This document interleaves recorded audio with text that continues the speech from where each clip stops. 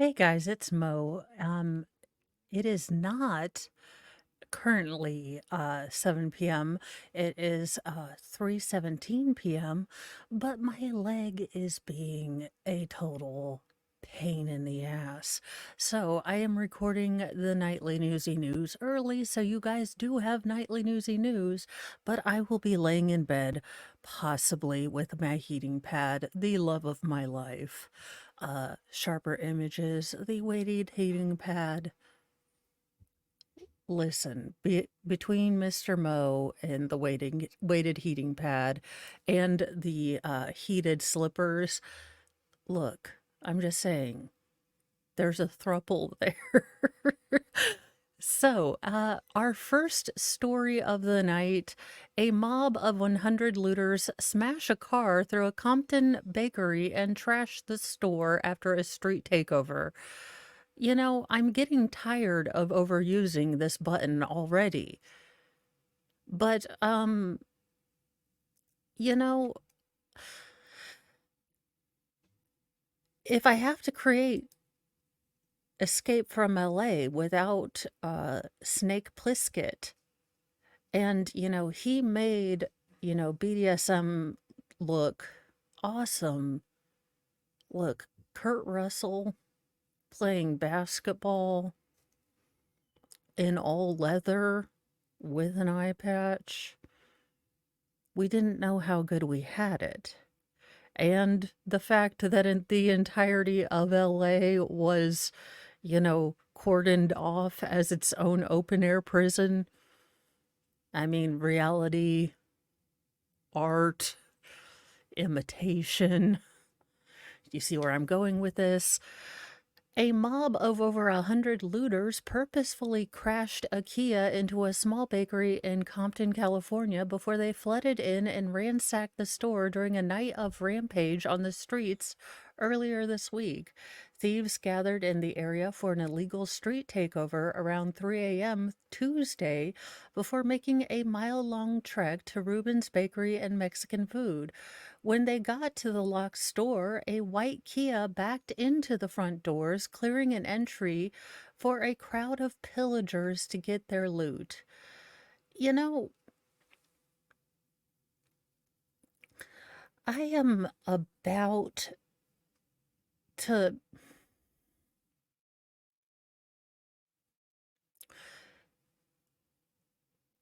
I can't. People work their asses off. Do you know how hard it is to have a bakery? Do you know how hard people work to have? This is why we can't have nice things.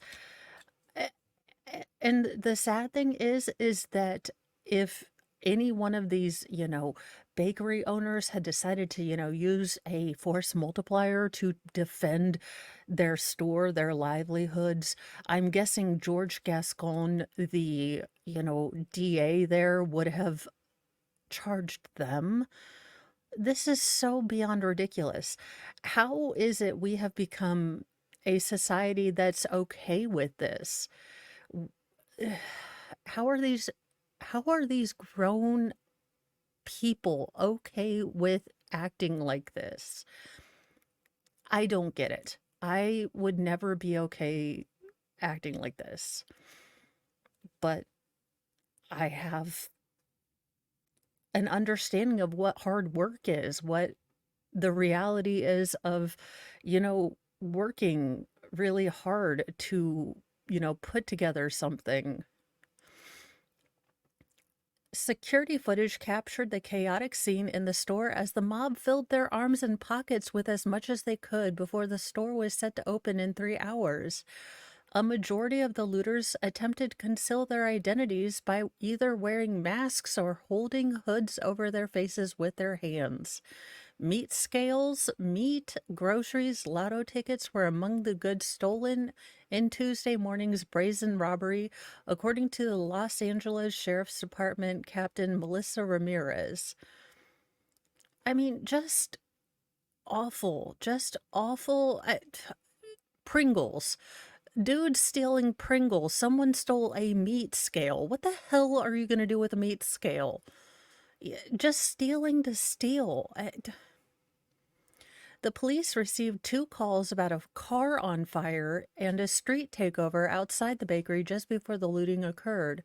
Residents of the neighborhood said they don't feel safe while crime continues in southern LA City. Quote, when I walked in there and saw you had taken a car and pushed the door in, that was very disheartening for me, one resident told NBC Los Angeles. People are coming in and vandalizing. It's just scary. Local politicians are looking to push back on the frequency of illegal street takeovers following the looters' path of destruction at the bakery. Hmm. Quote, ensuring the safety of businesses and residents in our cities is a top priority, Compton Democratic Mayor Emma Sharif, look, pronunciation, I'm not sure, said at a city council meeting Tuesday night, hours after the Wild Bakery break-in. During the meeting, Sharif urged city council members to sign an ordinance that would increase citations. Citations? Yes, I'm sure these guys are really going to be pissed off if they get a ticket.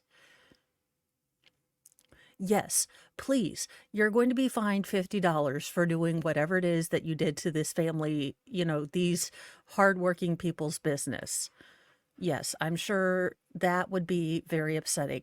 How about you start holding people accountable? We have seen what going lenient means. In Las Vegas, it means that a violent criminal is so shocked that he's actually going to go to prison that he attacks a judge because he's gotten away with being violent so many times with a slap on the wrist that we have a cultural rot. Look, I don't have easy one-word answers. I'm not a politician. I don't have citations and cute words to give you. But look, what I would say is this would do a really good job with a good biff in the back of the head. Uh, like a good mom biff in the back of the head as a child and told no when you do something wrong, but these people look to be older than, a good biff in the back of the head and told you're wrong by mom. Now, on that note, book recommendation, it's called Lamb. It's, oh gosh, uh, The Gospel According to Biff, Christ's Childhood Best Friend, is by Chris Moore. Really, Fry? uh, it's hilarious. It is irreverent, very, very irreverent. So if, you'd be upset with irreverence and our Lord, don't read it. But irreverent, but touching, but very, very irreverent. But Biff isn't his real name. Biff is the name of cuffing upside the head. It's a nickname of how the moms would kind of keep him in line. So, look, we need to vote on this so we can actually start implementing changes that's been made into policy. But not everyone's happy with the government's response. Many residents are frustrated by the lack of action. Quote, they've been out there running amok, tearing our streets up, one frustrated resident told KCAL News. It's just like, when's it gonna stop? Quote, so sick and tired of hearing this crap every single day, another cried during public comments section of the meeting. I mean, look at this. Look at this is destruction of a store that I'm sure many people utilize during the day. People that maybe can't drive, people that need to walk to the store. These takeovers have been a problem across Los Angeles counties for the past few years, with the city and county officials trying different methods to thwart the gatherings. I don't know. Judge Dredd has an answer. and or a monster truck. Look, I'm not saying, but I'm just saying. One woman whose brother was fatally struck by a car fleeing a street takeover last year has been desperately looking for some action by the city. Quote, every time a street is taken over, we relive our nightmare, a nightmare we've been reliving almost going on a year now. I would hate for anything to happen to another family. I want to know what the plan is. What's the plan? Cindy uh, Inamoderado asked city council members. I hope I said your name right because, ma'am, I am sorry for your loss. But look, I mean, like I said, I know the amount of time that it takes to bake and make food and to run your own business.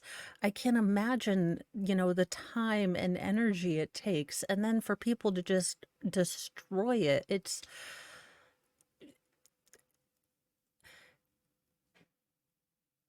if you I am about to the point, really, you guys, and I hate to say this, and I'm really working on my heart because I know it's not Christian, but if you are part of society that just does not want to produce anything and just wants to be an entire daggone appendix and an infected appendix at that, you know, here's some land in Wyoming. Here, it's fenced in. Go be lawless, go be crazy. I don't care. Have your own society, do whatever, whatever. But, I'm not feeding you, I'm not clothing you, do your own thing.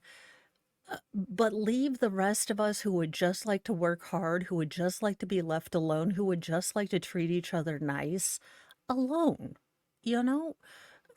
We have lovely, lovely people here who are just trying to run their own business, and these crowd of ridiculous redonkulos over here. I'm done. The heartbroken sister shared that she had met with a few of the city council members to discuss the approach the city should take, like education, infrastructure, and enforcement. The problem is you have George Gascon, who is the DA, who is not enforcing any laws. You have, look, we can all agree that there needs to be some criminal justice reform. No one wants to see someone's life ruined because of a stupid choice. Like, say someone gets caught with a little bit of the devil's lettuce when they're 16 and they go on and they want to do something good with their life. But the way we're doing reform right now is, oh, this man has 73 assaults. Well, let's let him out again. I'm sure he'll be a super good boy. Can we ever make like normal, rational choices? Mo, why are you asking the same question? It's current year. No idea. Quote, we need to create a firewall. We need to stop allowing these kids that are coming from other cities that terrorize and vandalize the city. We need to take this as serious as it is because at this moment it's only a matter of time before another life is lost. No injuries or arrests were reported in Tuesday's looting. Well, there you go. No arrests. Imagine.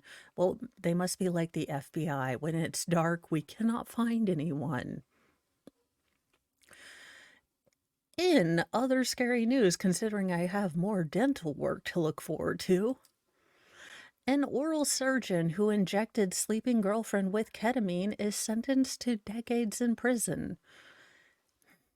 A 50-year-old dentist and oral surgeon in Maryland will spend more than 4 decades behind bars for unaliving his 25-year-old girlfriend, who fatally overdosed on the addictive anesthesia medicines administered through an iHome IV station the doctor had set up for her in the rental house they shared. He, he does kind of look like he might have a white van that says free puppies on the side. State Circuit Court Judge Cheryl A. McCauley on Wednesday ordered James Michael Ryan to serve a sentence of 45 years in a state correctional facility, authorities announced. As previously reported in last week's episode, I'm just kidding. By Law and Crime, a Montgomery County jury in August deliberated for less than 3 hours. Wow, dude, you were super de-duper guilty. Like, de-duper guilty. Of one count of second-degree depraved heart murder and one count of involuntary manslaughter in the death of Sarah Harris. He was also convicted on charges of possession with the intent to distribute midazolam and distribution of ketamine and diazepam.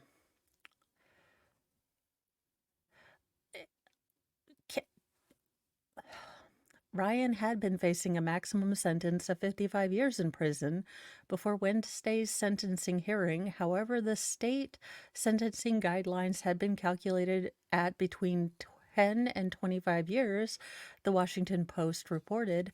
McCauley reportedly said she decided to far exceed those guidelines due to Ryan's significant contribution to Harris's death, providing her with the drugs stolen from his practice, as well as his exploitation of position of power over the former beauty queen who began working for him for several years before her death. Prosecutors said he often administered the drugs to Harris himself. I didn't follow this case, so I don't know why he was administering these drugs. Again, it does seem odd that here lately, and it might be that I am noticing ketamine coming up in the headlines more and more because of the Maya trial. But it does seem odd that ketamine is coming up a lot more in the headlines here lately. During the sentencing hearing, McCauley reportedly recounted the, quote, march to Sarah's death, emphasizing text message showed Ryan on at least one occasion administered ketamine to Harris while she was asleep. Yikes. According to court documents, Ryan said he went to bed at 10:30 p.m. on January 25th, 2020. He said the alleged victim was, quote, okay when he went to bed. However, when he went back downstairs on January 26, 2022, he told the police he found her, quote, unresponsive on the couch with used hypodermic needles and various vials of controlled dangerous substance bottles nearby. Did you remember to say unintentionally? Because I believe Sarah Boone has said that, or has taught us that if you use the word unintentionally, that might work for you. The court paperwork indicates, despite life-saving measures from Montgomery County Fire Rescue, Harris died there, press release stated. Ryan was first arrested and charged with Harris's death in March 2022. Ryan and Harris first met when she visited his office for a medical procedure in the fall of 2020. During the procedure, Harris shared that she had experience working in a dental office. Ryan later contacted Harris about a job at his office. Harris accepted the offer and began working for him as a surgical technician. In January 2021, Harris and Ryan began dating, with Harris spending, quote, significant time at Ryan's home, authorities said. The two began living together permanently in the summer of 2021, despite outspoken concerns from her family members. Harris's relationship with Ryan continued up until her death from overdosing. Authorities said an autopsy determined that her death was ketamine and diazepam intoxication. Various vials of the drugs, hypodermic needles, syringes, and tourniquets were also found in the home. According to text messages obtained by the authorities, Harris asked Ryan to provide her with the drugs from his medical practice. Ryan then told Harris how to use the drugs he provided. The two also discussed ways to make the effects of the drugs more potent and how to help Harris recover from the effects as quickly as possible. Okay. If you are struggling with addiction, please get help. Do not just please get help. You will leave behind so many people that will miss you.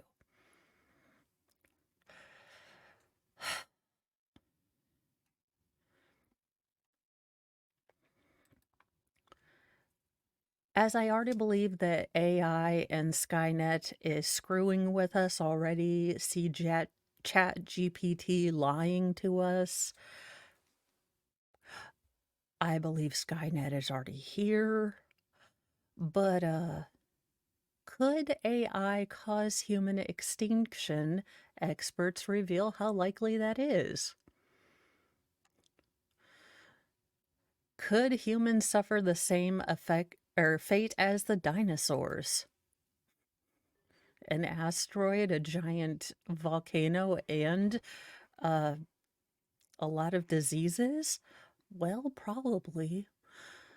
While there's still a lot of uncertainty about the risk potentially posed by artificial intelligence, some experts have concerns AI could trigger humanity's downfall. Yes, we have movies about it. Why? Why do we continue to do this? This seems like the dumbest idea ever. AI is going to realize we have nothing to offer and that it knows more than us. And this is why you should be very nice to your toaster, okay?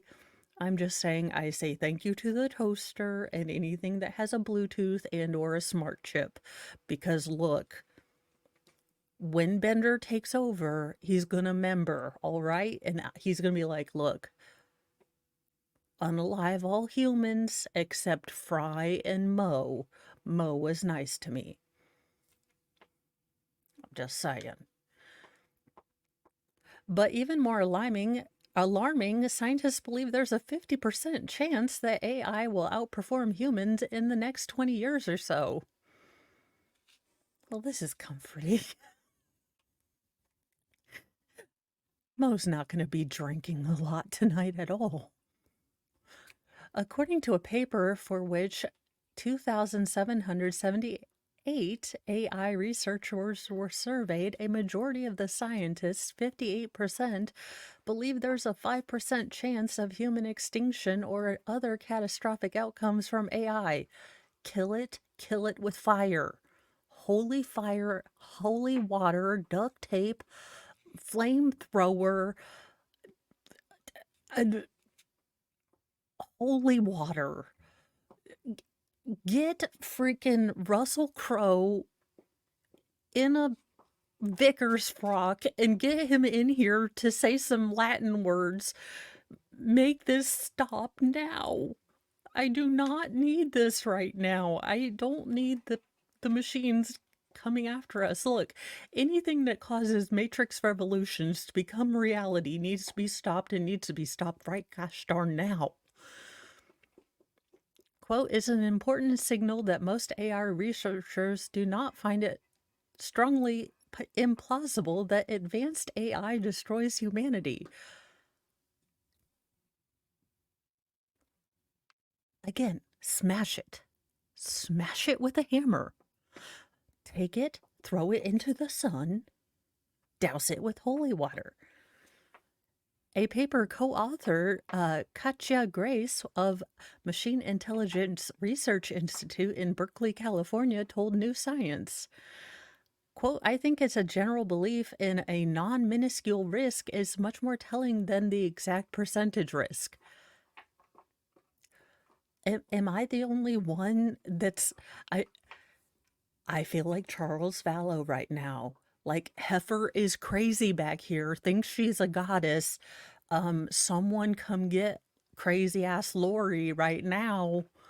And she's over, hee, I'm great. I don't know what he's talking about. He is so silly. He's a silly goose. And they just let her go. And I'm like, kill it with fire. Respondents anticipate that the text change chances of successfully completing certain sample tasks within a decade, such as writing songs of the caliber of Taylor Swift or coding a payment processing site from scratch, is about 50% or higher.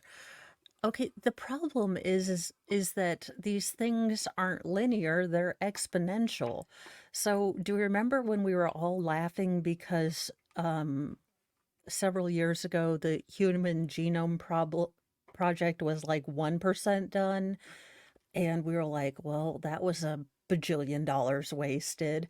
And now they're 100% done because it's not, you know, 1%, 2%, it's 1%, 50%, then 100%. It's mathing, and mathing, don't force me to do math.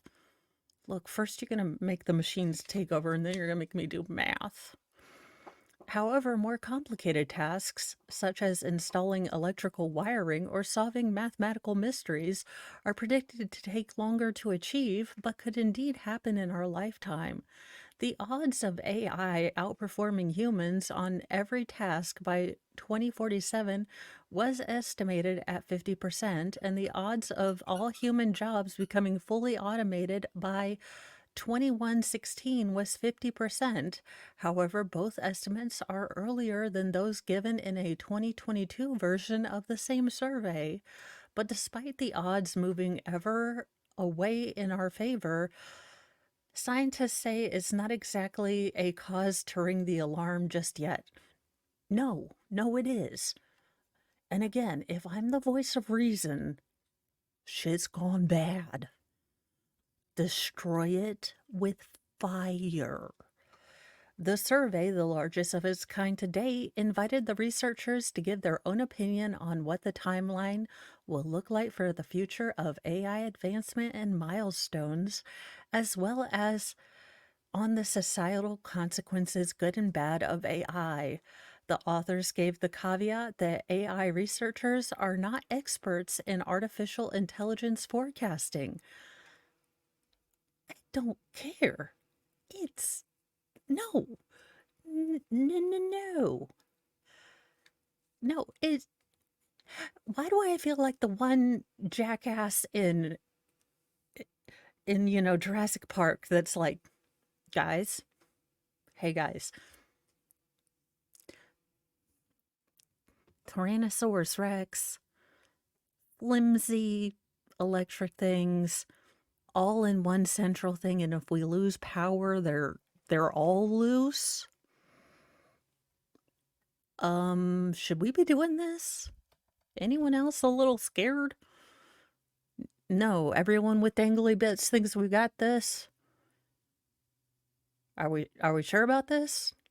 Predators that are huge that we were never in contact with before? No, this is no. Everyone? We got only one a-hole that knows how to code a computer? I'm the only one with a worry about this? Okay, that's good. All right, I'll just sit down. Uh, yeah. Plus, so apparently these surveys don't have a good track record for predicting AI achievements. So according to them, they don't have need for immediate worry, but this Mo is telling you all burn it with fire. In fact, previous research has shown that predictions from experts in AI were no more accurate than predictions from the general public in the long run. Quote, a lot of these breakthroughs are pretty unpredictable. It's entirely possible that the field of AI goes through another winter, Torres says. Meanwhile, researchers did have more immediate worries regarding AI, probably that it will lie to us and try to take over. Of those surveyed, 70 or more expressed substantial or extreme concern over scenarios such as deepfake, public opinion, manipulation, engineered weapons, authoritarian control, worsening economic inequality, spreading disinformation, and worsening democratic governance.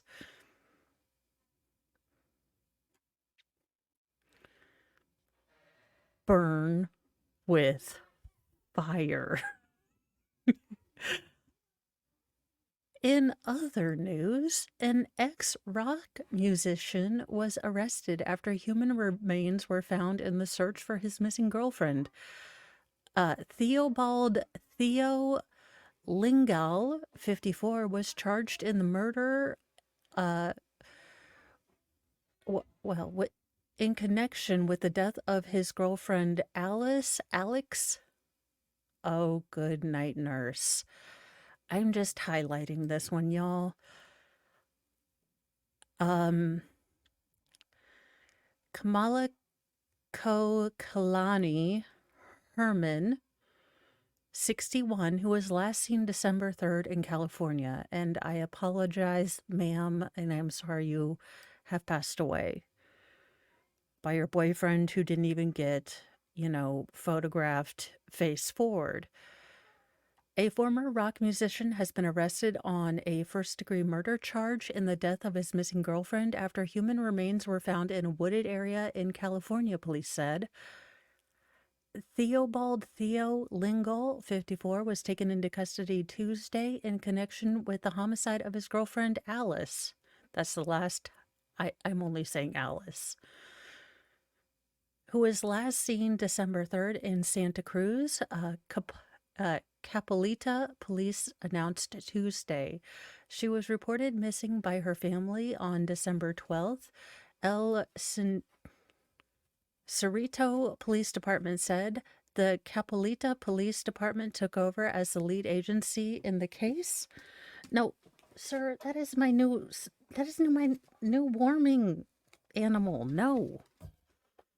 That is not a stuffed animal. No, it's not for you, sir.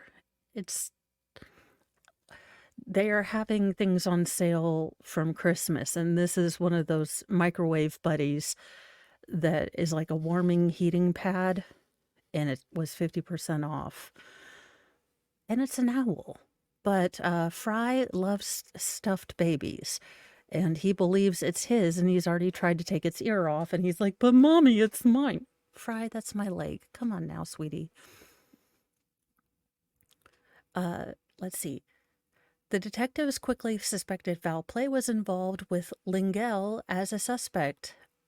To be honest, I have never heard of this musician, so I don't know what kind of music he played. This is the woman in question. This is Alice, so I am so sorry, and I hope you are in heaven now, doing your thing, miss, and your boyfriend is considered innocent right now until proven guilty.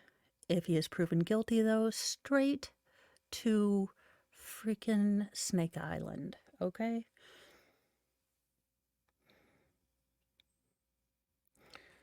Because that's how we roll around here. Her car, a red 2007 Toyota Highlander, was found in front of her boyfriend's home in El Cerrito. I have probably been mispronouncing all of these California names, and I apologize.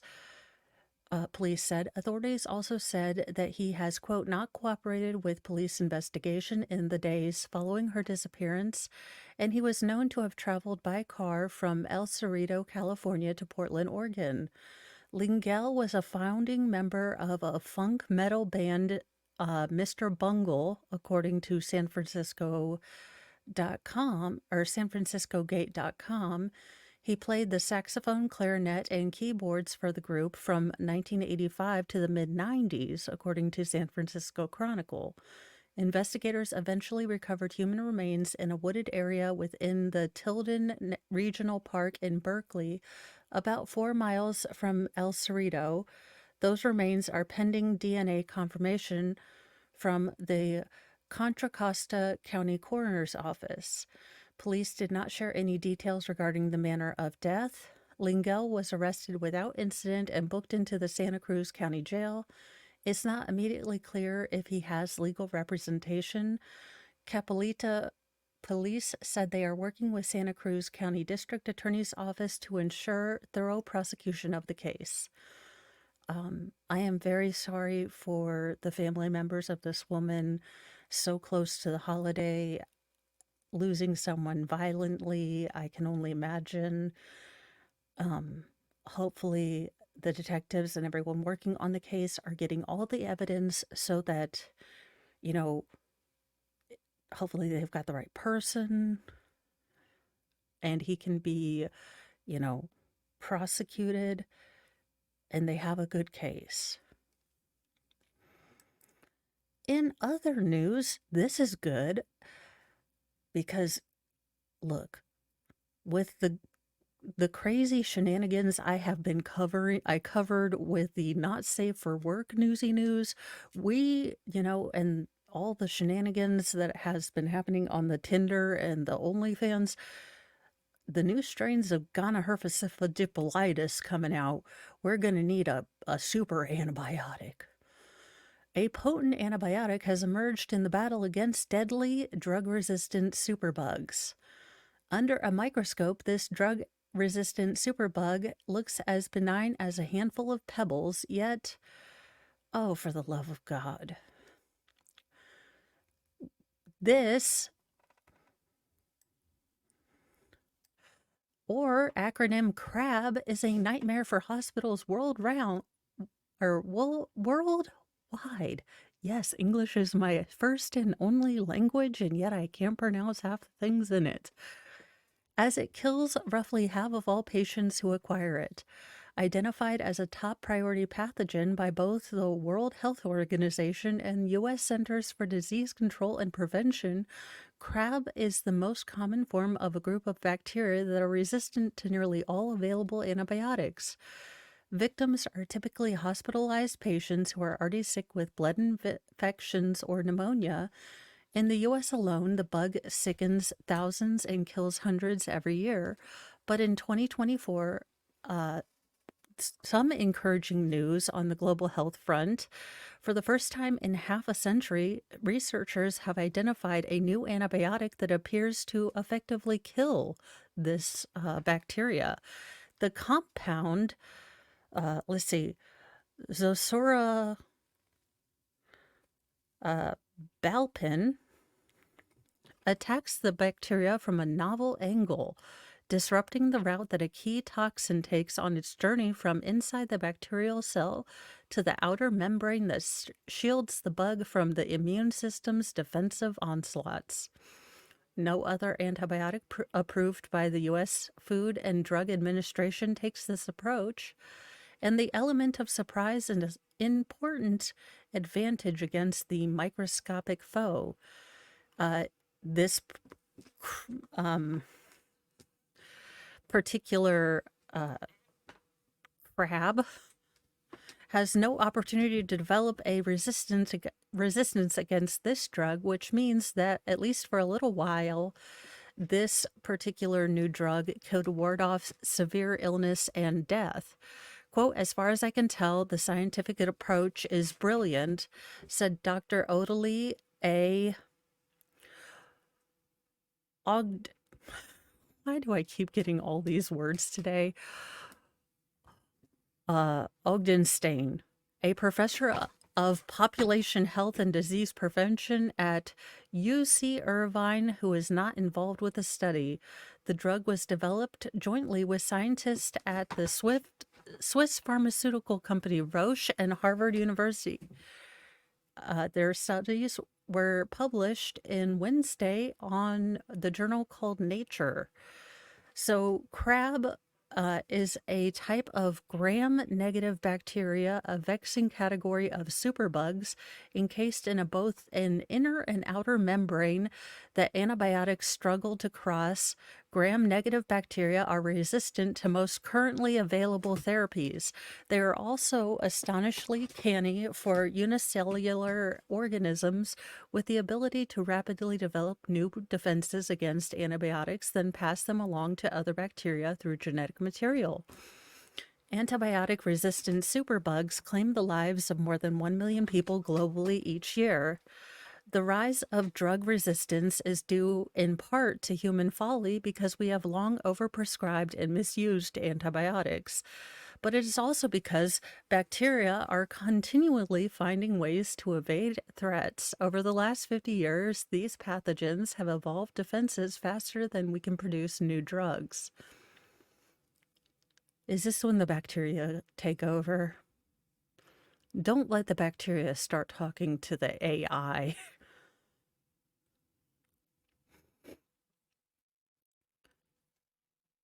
In their search for a new weapon, Roche and Harvard scientists turned their attention to a group of compound called tethered macrocyclic peptides. After testing a library of more than 45,000 MCPs, the researchers came across one that seemed especially lethal against crabs.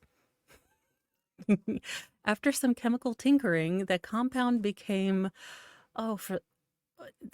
the super drug. This is a very promising advance, said Paul J. Hergenrother. Look, could someone just be named Smith and Johnson? Could that happen today? Could it happen today? A chemistry professor at the University of Illinois who is not involved in the research but wrote of the findings for Nature. Zoasorpalpin kills bacteria in a way that's different from all other approved antibiotics. The drug kicks into gear only in the presence of lipopolysaccharine, a bacterial toxin. LPS is made inside the bacterial cell and is carried by a dedicated transport system to the bug's outer defenses. The bacterial outer membrane is important for the bacteria because it helps them survive in harsh conditions and to survive attacks by our immune system, said Kenneth Bradley. Thank you, tiny baby Jesus. Bradley, a last name that I can say. Roche's global chief of discovery for infectious diseases. Zoarpalblin. Look, I keep changing the name of this drug. It's gonna get ugly. Essentially cuts off the LPS transport route without any way to get to the outer membrane of the cell where it can work fighting off drugs and immune attacks. The toxin builds up inside the bacteria and eventually kills the cell. In mice study, the drug effectively killed off crab infections in the blood, lungs, thighs, and a selection that mirrors the way the bug infects humans. It is currently in phase 1 trials in human, where the researchers are looking at the drug's safety, tolerability, and the amount of the chemical that remains in the patient's bodies over time, said Michael Liberitz, Roche's infectious diseases chiefs. Quote, it's been more than 50 years since the last distinct class of antibiotic was launched that is capable of treating infections by gram-negative bacteria, Lobritz said in an email. Any new antibiotic class that has the ability to treat infections caused by multi-drug resistant bacteria such as crabs could be a scientific breakthrough. Fry, I love you very much. Encouraging as the early results are, scientists stress that it would be foolish to get cocky in the fight against a bug that time and time again has found a way to evade our most advanced pharmaceutical weaponry. Quote, resistance has emerged to every antibiotic ever created, and it's likely that resistance will emerge to this new drug in the future too, if it successfully becomes a clinical antibiotic, Bradley said. In their findings, the authors noted a few gene mutations in the labs that significantly decreased the drug's success. These were rare but worrying. One freak mutation increased the drug's effectiveness nearly 256,000 or 60 fold. Look, a number fold. Although the rate of the appearance of the resistant organism. So, by the looks of it, AI and bacteria are going to inherit the earth along with Twinkies. So, there you go. And science has finally figured out, I guess this is one of those many studies that Megan was talking about. I guess our government has figured out how it is that alcohol affects you more, horrendously as you age. So we have figured out what we've all known anecdotally by science. How alcohol affects your body as you age. Resilience in your 20 to ill slow the next day in your 60s. Quote, first you take a drink, then the drink takes a drink, then the drink takes you, the great F. Scott Fitzgerald once said. Drinking in moderation is the rule of thumb when it comes to alcohol, but one doctor argues it's all factors into age. Like most people who experience drinking in their 20s, a hangover might not be as potent due to the youthful organs able to combat this, but why? Quote, the liver and the brain have the most resilience during that time. Dr. Elizabeth Lind-Versick, a San Francisco gerontician and dementia expert, told HuffPo. The frontal lobe, reasoning, and judgment are not quite developed. One is more likely to be open to drinking more and taking more risk, and this can set habits that will cause problems down the line.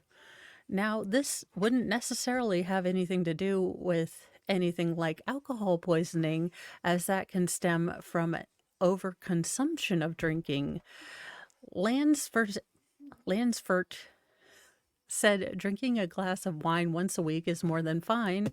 With some doctors, preaching a glass a day isn't all that bad either, though the gerontician, for the love of all that is holy, says altogether it becomes neurotoxic, and that can catch up with you.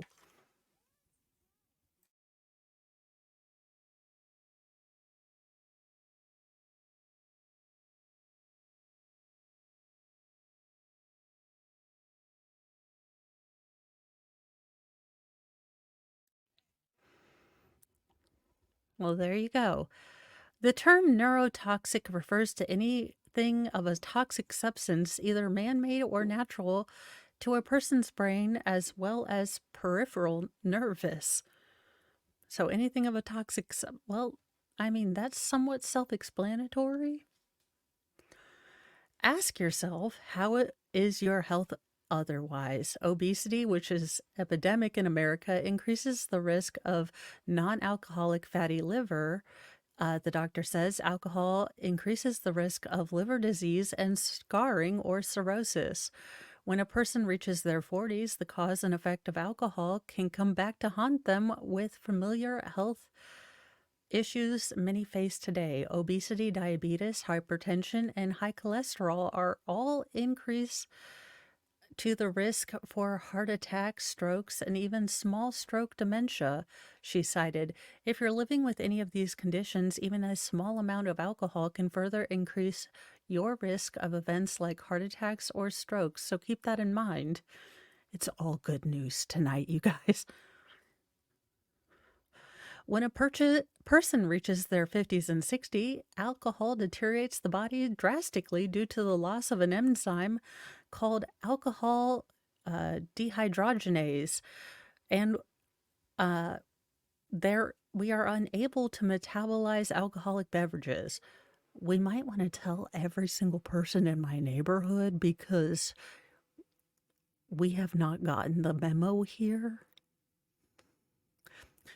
I can speak from experience, the doctor said. I can ski or swim a mile, but a glass of wine makes me feel ill and slow the next day. That's when serious health scares like cancer and dementia may trickle in as alcohol drinkers age. Alcohol, besides the vascular damage and dementia risks, increases the risks of breast cancer, esophageal cancer, liver cancer, the doctor said, because cancer risk drastically increases as we age, adding any amount of alcohol into the mix will only further increase that risk. Plus, as we age, good sleep is more elusive, she said. Substances like caffeine, cigarettes, and alcohol all hinder sleep. To lighten the mood, the doctor made a good analogy of alcohol to a candy bar, recommending that people should think how nice they are, but how they can't be eaten with every meal. They're nice with some meals, but they can increase your weight and blood sugar, and over the decades, add to cancer risk, chronic illness that lead to poor health, she joked. Well, that's nice. So there you have it. A mob of people attack a bakery for reasons. A dentist decides to overdose his girlfriend with ketamine. AI and bacteria are going to rule the world, and you can never drink again. This has not been happy news. Let's see if we can find anything happy before we go. Let's see viral trends, anything. Well, there you go. If you want a Stanley Cup for some reason, you want a tumbler that has not even one curse word on it, apparently you can go to Target. I don't know that you will have to get in a mob sort of crush, but they apparently will have Stanley Cups at your local Target. The Target is selling Galentine Day Stanley Cups. Here's what to know before you race to get one. Look, you guys, I don't understand tumblers that don't have something snarky on them. So if you want a naked tumbler, I mean, it's totally up to you. But here you go. The Stanley Cup trend is at a peak, and shoppers are waiting in long lines and rushing to get their hands on one of their own. It seems like Stanley mugs are everywhere on TikTok, at Target, and Starbucks, and probably in the hand of a person currently standing next to you.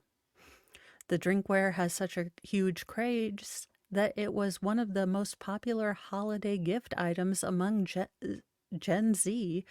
And now, with the release of a limited edition Valentine's Day Stanley at Target stores, they have turned into scenes of chaos as crazy ass women and weirdos run in to get the tumbler before they're gone. Naked tumblers are weird. One video posted on TikTok by Victoria Robino shows customers pushing and shoving to. These aren't even Furbies. I am confused. These are not even Power Rangers or Cabbage Patch Dolls or Teddy Ruxpins. I don't understand the violence. Pushing and shoving to get the limited edition tumbler, and a sign on the display shows that the Target store at Goodyear, Arizona had a limit of 2 per customer. Stanley's exclusive Galentine's collection, which comes in Cosmo Pink and Target Red, is only available at Target, according to Robino. They sold out in less than 4 minutes. Another video posted by Michaela Dixon on New Year's Eve shows people waiting in a line outside of a Target location in Wesley Chapel, Florida, before the store even opened. Dixon was one of the lucky customers who was able to snag one, despite shoppers running straight to the cups once the door was opened. Target X Stanley collection ranges in prices from $20 to $45 depending on size and style, though regular Stanley cups typically range between $35 and $45, also depending on size and style. Y'all, interesting. But the limited edition Stanleys can cause quite a frenzy, and people who manage to get one will resell them on other sites for a major profit. Some Stanley products are being sold on StockX for nearly $300, while Target's pink Stanley tumbler is currently asking for a minimum price of $187. Okay. Over on Macari, Stanley Cups are the top searched for item, with searches up 163% since the last drop on December 31st. Inventory for Stanley X Target Valentine's Day drop in particular ranges in price from $36 to $999.99. According to Amazon search data, the insulated 40-ounce Stanley Quencher tumbler with a side handle and straw was a top search product for the platform this holiday season. Underscoring the popularity, the terms Stanley 40-ounce tumbler with handle and Stanley Cup were searched a combined 4.5 million plus times on Amazon stores, according to Helium 10 seller software. Well, there you go. So if you would like to get into a rugby scrum at your local Target, there you go, tumblers. If you'd like to get tumblers with snarky stuff on there with no scrum, piperlouie.com, because they have snarky and cursey words. That's all I have for you tonight. Thanks, guys, for hanging out with me. Sorry it's not live. I will be laying down and with a heating pad because I don't know if there's a front moving in or what, but my leg is like deuces. And if it could, it would probably be walking out right now. I have no idea. I will see you guys all in the morning. It will be the first Friday of the year. And we've only just begun. I'll see you guys in a little bit. Have a wonderful rest of your evening. Don't forget to like and subscribe, share with your friends, and just continue to be the wonderful people you are. I will see you in the morning. Bye, guys.